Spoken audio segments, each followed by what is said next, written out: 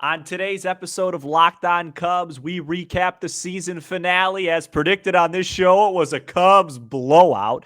We also debate, does Pat Hughes or Steve Stone deserve the Ford Frick Award? And we wrap up with some news and notes around the organization. Join us for this season finale edition. Locked On Cubs, your daily Chicago Cubs podcast. Part of the Locked On Podcast Network, your team every day.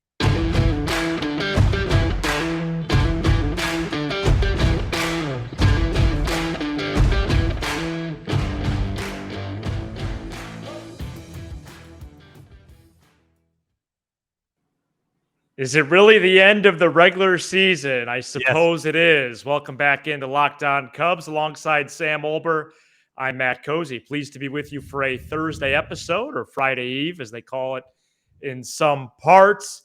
We're going to recap that last game, as Sam mentioned in the open, and a lot more goodness for you as well, including a preview of something pretty cool both of us are doing this weekend. Sam, how was your experience of the last game? And I have to give you a lot of credit. You said it was going to be not only Cubs double digits, but a Cubs convincer, and that's exactly what it was. I didn't miss one pitch of this baseball game. So, you know what before we get into the game. Last pitch since March 30th. Before we get into the game, Sure. what was so this was the first game that I actually listened to Marquee throughout the whole thing, and It's been a while, yeah. There was this part of the game where it was still tight. It was like 3-2 Cubs, bases loaded. Owsley was on the bump for some lefty on the Reds, and Boog asked JD what his favorite ice cream flavor was. Oh my gosh! And so obviously it's not a big deal because the game's meaningless. But then JD kept making like a bit of it. He goes, "Oh, first and second one out, Boog. Why don't you ask me what my favorite popsicle is or whatever?" And I was like, "Hey, you guys are joking about this, but we did an episode on this, our like third or fourth ever episode as these hoes. And it's not that funny because you do it during important games too." Yeah, it's actually like it's reality. Yeah, it's like I was really laughing. Do you think JD was egging him on?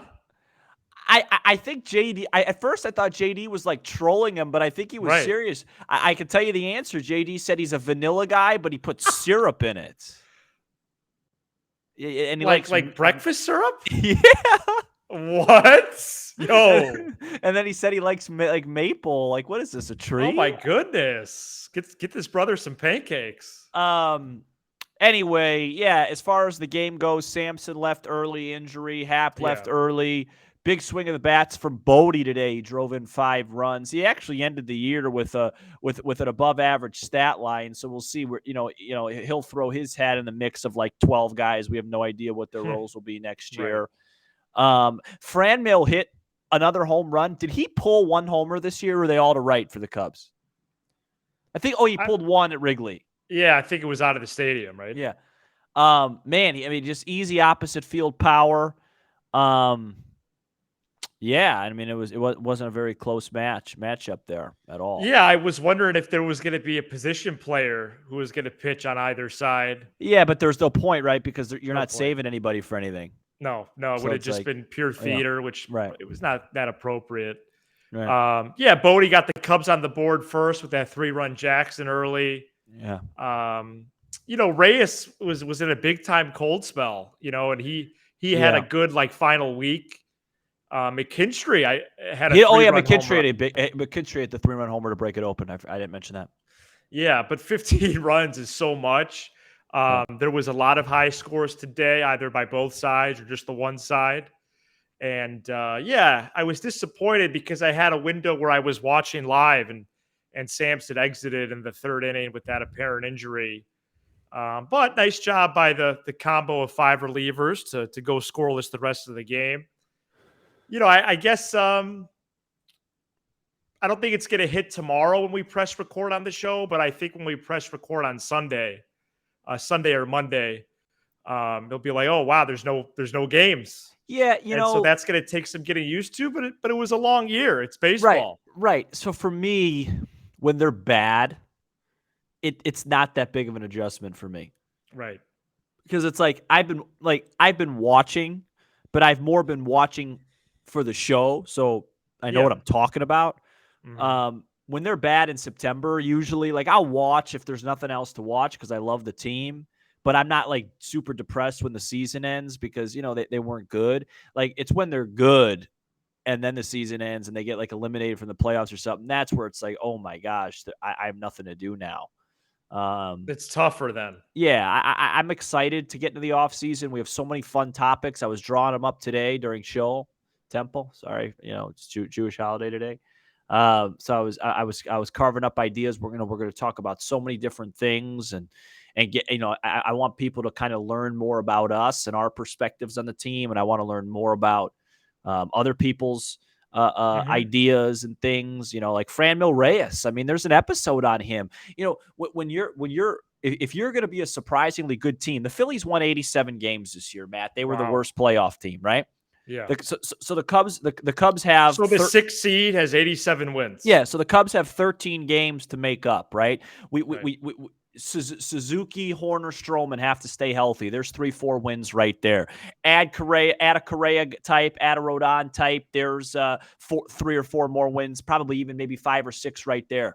Talk about the margins. Talk about Ross doing a better job, flipping 3-2 losses into 3-2 wins, better base running. Franmil Reyes got thrown out at third today trying to steal. It was a man on second, 1 out, full count. He's not a fast runner. Those things have to be eliminated, right?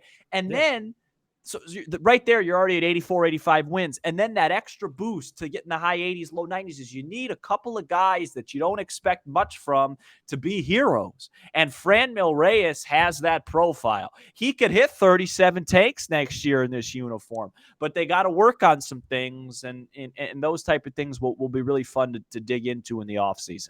Oh, yeah. No, we'll get our shovels out for sure. We'll definitely be doing that. Great breakdown right there. Man, that gets me excited. So you're talking about 84 baseball wins right there, huh?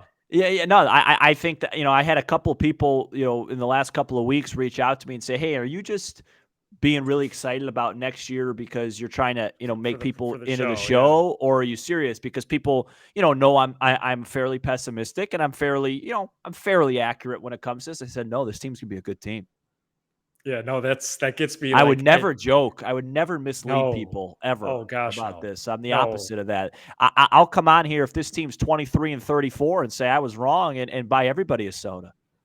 No, I have goosebumps right now, and I'll take a McDonald's Coke. It's probably because you're wearing an uncomfortable Iowa shirt. Well, yeah, this is the shirt I wore to work to school today. It's ugly. So, yeah, I mean that's black and gold. We'll definitely talk about that later. Yeah. So what was the reaction on the over/under win total? Yeah, I was happy. It was a nice little connection. Might get myself a steak or something. Like I said, I thought they had no chance of covering it basically up until about 3 weeks ago. 2 weeks ago. Yes. And then they closed it out today with a bang, like I expected them to. That was really cool. And, 74 and it's funny, 74 and 88 is about what I thought they were going to be. I thought if things went better, they'd finish in the low 80s if they had a couple more breaks. But if you told me before the year that Kyle Hendricks wasn't going to be a factor, Stroman was going to miss a lot of time, Suzuki was going to miss a lot of time, Horner was going to miss some time. If you told me all this stuff before, I was probably right around there. So it makes sense. Get it all out now. And everything we do from now on is looking ahead to the future of this next great Cubs ball club. Yeah, no, really exciting times ahead. I think the last 3 or 4 weeks was fun as a fan. I think we did learn a little bit more. I don't necessarily buy into the momentum play, but I buy into good baseball and I buy into the approach. And if that happened these last 3 weeks and it resulted in wins, great. But the point is that it likely and hopefully did happen. And so for the Horners and the Suzukis and Happ, Stroman and Steele and Stroman and Thompson and et cetera, the core, the new core that we might have to start labeling them. Yeah, right. Right. I mean, right. I don't want to get in front of the cart before the horse. We're gonna have an episode comparing this rebuild to the last, and one of my big points as a teaser is that there is no real defined core Right. with these teams, but that could be a good thing. Sure. Because that doesn't put you in the spot where it's like, well, we got to extend Javi. We can't trade Javi. You know what I mean? What the Cubs are trying to do right now, teaser alert, we're trying to build a factory where, dang. They're trying to build some stuff, huh? There's movable pieces, Matt. You know, it might not be a, a Javi, Rizzo, Schwarber situation that you just fall in love with for 10 years. It could be a couple different guys, but we're trying to build a factory to where this team, no matter what, every year is going to be a good baseball team. And that's what they're building towards. And we'll see what happens. Yes, we will. We'll wait and see. And wow, a lot of shows in between now and March 30th. It's probably the best hair day I've had since we've done the program. Is there any way you could clip something so I could get this out of my social media? I mean, this is, I don't know what this is. I just took a shower. It looks just outstanding. Go ahead. Well, the clips happen organically. So, when I follow my instinct there. So if I think, something's good to clip, I'll work on that. Okay. But I might just clip the last 30 seconds just for the heck of it. Yeah. But yeah, you look nice today. Yeah. Wow. And thanks for, on the 3-month anniversary of taking over this show. Thanks for waiting 75 shows. But you had opportunity. We've only done about 75 shows. Hey, let me get my scorecard out. That's going to be Matt Cozy 3, Olber 1 as we head to the 8th. All right, everybody. So coming up next, a little media discussion. Not really little. It's actually going to be pretty significant. Pat Hughes nominated for the Frick Award. Somehow he has not won that award yet. Somehow he's not the Baseball Hall of Fame. And we're going to match him up with a certain former Cubs broadcaster coming up next. Today's episode is brought to you by BetOnline. BetOnline.net is your number one source for football betting info this season. We have the Bears in action locally this weekend. We have Iowa at Illinois, and a lot of football going on. The Illini are 3.5-point favorites in that football game. Find all the latest player developments, team matchups, news, podcasts, and in-depth articles and analysis on every game you could find. About 3.5, huh? 3 in the hook? Yes, sir. Wow. And that game's going to be in Champaign. And as always, BetOnline remains your continued source for all your sports wagering info with live betting and up-to-the-minute scores for every sport out there.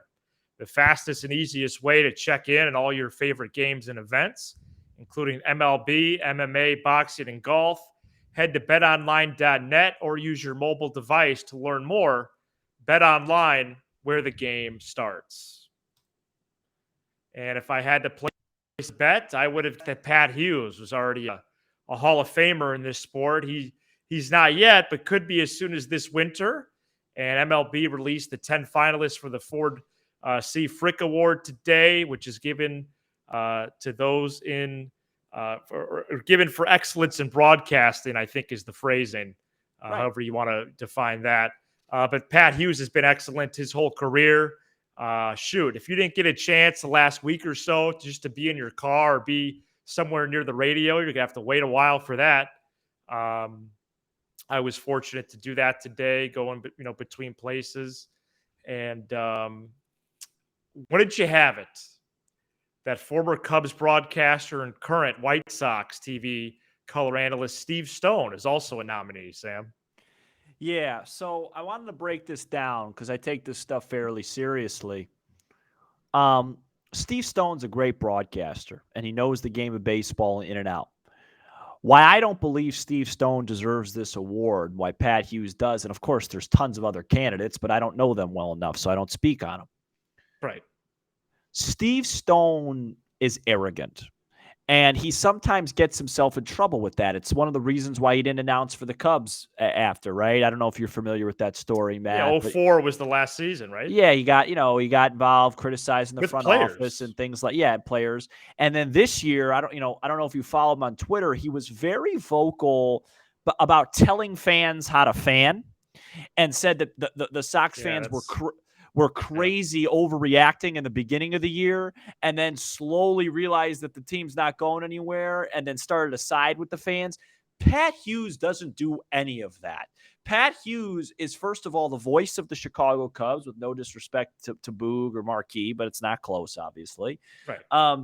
And he lets fans be fans. He respects all fans. He appreciates the game. I just think that Steve Stone knows more about baseball, and obviously so. Steve Stone's a color guy. Pat Hughes is a play-by-play guy. It's two totally different situations. But to me, Pat Hughes represents everything that's right about announcing a baseball game. When Pat Hughes is announcing, you can't tell if the Cubs are 12 up or 12 out. He always acknowledges the fans and what an atmosphere it is, and the best fans in sports. Listen to these fans. He has this way of describing the game where you feel like you're sitting right next to him. He's been doing it for a really long time. He's a class guy. He doesn't cause problems. He has a phenomenal relationship with his partners. Steve Stone did not have a great relationship with Hawk Harrelson. He's got a great relationship with Benetti, his current partner, but he didn't have a great relationship with Hawk. Pat Hughes had an amazing relationship with Ron Santo. I'm not super. Keith Moreland was only there for a brief time, but he has a great relationship with Ron Coomer. Ron Coomer has said that, like how awesome it is to work with somebody that you hang out with off the field. It just, by all accounts, he's an all-world guy, and I think he really deserves this award, and I hope he gets it. Yeah, Pat Hughes should get the award this offseason. He's way more deserving than Steve Stone, who is not only arrogant, but he's a traitor. And I didn't say that. You did. I just thought I'd throw that in there. Yeah, all right. And your show, you know that. Lucky and I'm just a pretty face across from you. I just think that, it's really a special quality as a broadcaster to show and not tell. We're at the field every time when we listen to Pat Hughes. Steve Stone, he's calling players out. I actually have a pretty good memory of 2004. There was a situation on an airplane with him and Chip Carey and Kent Merker. No, he had some personal issues Sean with Estes. people. Yeah, and Pinella. Remember Steve Stone and Pinella had a huge... Wow, that's right. He wasn't working for the Cubs. Go ask Steve Stone, Pinella said. Yeah, right, exactly. When he was in the dugout pregame, That's not your job. No, and interacting with the fans in that way is just... there's no winners there. Yeah. I don't know why you would initiate and instigate like that. Pat Hughes doesn't even know what the internet is. Right, that's good. That's probably a reach, but you know what I mean. Well, of course it's a reach. Yeah, I'm. This is an easy one for me. Obviously, it's probably not a surprise to people listening or watching, but boy, I'm just going to embrace having Pat Hughes on the broadcast. Can I tell you? By the way, he's also, as a color analyst, you're limited in making the play-by-play person better, but the other way around, it's the floodgates are open, and Pat Hughes has made Ron Coomer better, and that is a sign of a great broadcaster as I hit my mic. Amen. And can I say amen? And amen. Can I say something? Yeah. Is it the show buffering? All right. When Pat Hughes, you can say something. That's why we're here. When Pat Hughes describes the uniforms and or when he says Chicago Cubs baseball is on the air, I feel like God is opening the gates of heaven for me. Wow. I feel like I'm on a cloud. Or even this game's about to get started, so crack open a can of White Claw. I mean, I almost want to pull over and do it. Right. Absolutely. You're there. 100%. And yes, we'll definitely have potentially a media report card down the line as well. Spoiler alert, Hughes gets an A. Yeah. Okay. All right, we got some more news and notes. What's your favorite ice cream flavor? What's my favorite ice cream flavor? Jeez, that's crazy. Here's an idea. Who cares? I'm not 6.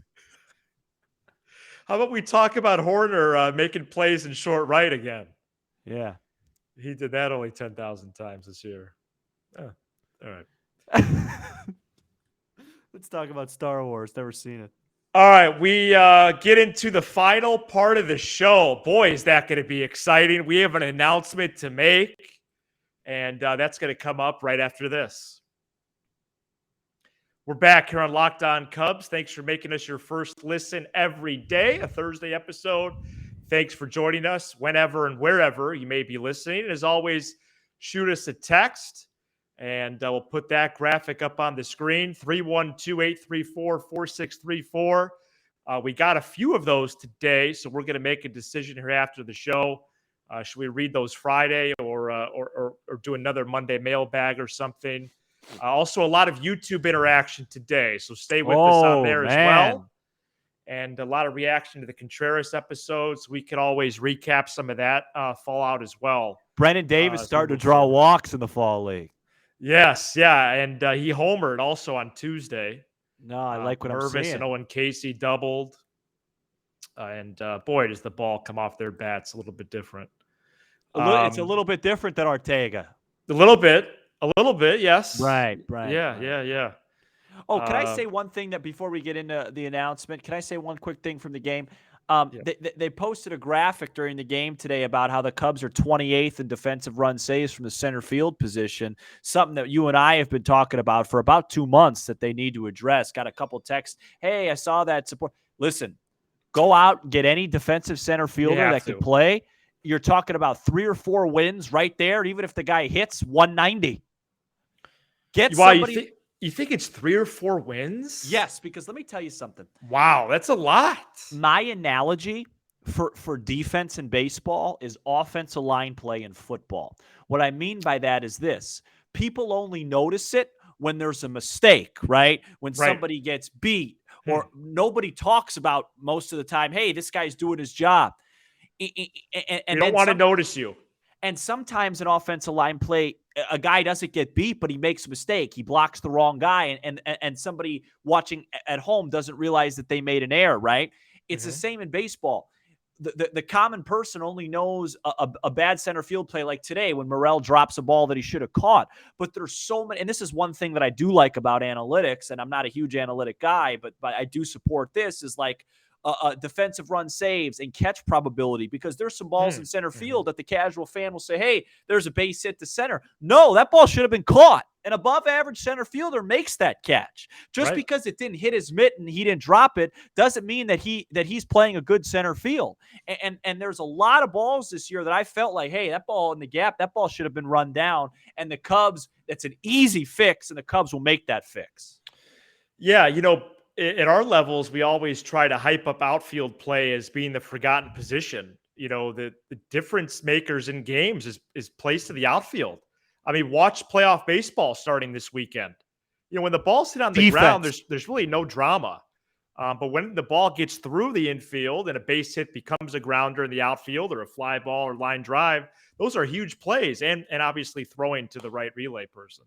Jason Hayward, Dexter Fowler, Javier Baez, Addison Russell, Anthony Rizzo, stud defensive players. Yeah, that's true. Run prevention. Wow. Boy, was that a good team. Run prevention. Get it done. This weekend, our college football teams play each other. That's going to be a 6:30 p.m. Saturday kick in Champaign on the campus of University of Illinois. It's the Iowa Hawkeyes and the Illinois Fighting Illini. And Sam and I are going to be in attendance for this game. That is the announcement. We are going. We're going together, and we're jacked up. Everybody laughed at me before the year. I told people Illinois was going to be much improved. Here we are. No one's laughing anymore. Nobody's laughing anymore. This might be Illinois' division, the Big Ten West. Be the first game I've been to since 2007 when they went to the Rose Bowl and got beat in prime time at home against the Wolverines of Michigan. Wow. So, yeah, this is a major deal for you as a big Illini fan. Big matchup, 6 of the 7 teams. And I'll tell you this. The Big Ten West are 1-1. If I'm having this kind of hair day, I may not come home.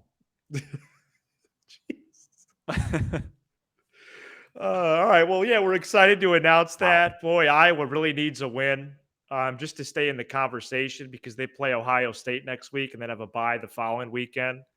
But I don't know. Illinois trashed Wisconsin, so I think it might be their division to lose. Listen, you know what? If Iowa rolls in there and wins a game by 30, but we hoist up the NL Central next year, I'm fine with that. Well, yeah. I mean, that's Another teaser, by the way, for an yeah. episode. Please. I saw that you saw this. I messaged our group about this.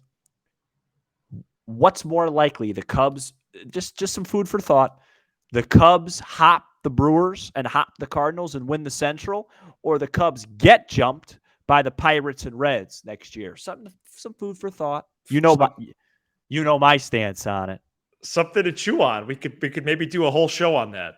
Speaking of chew, raspberry Built Bar. Man, does that have a lot of taste. Yeah, it's a good product. Subscribe to YouTube.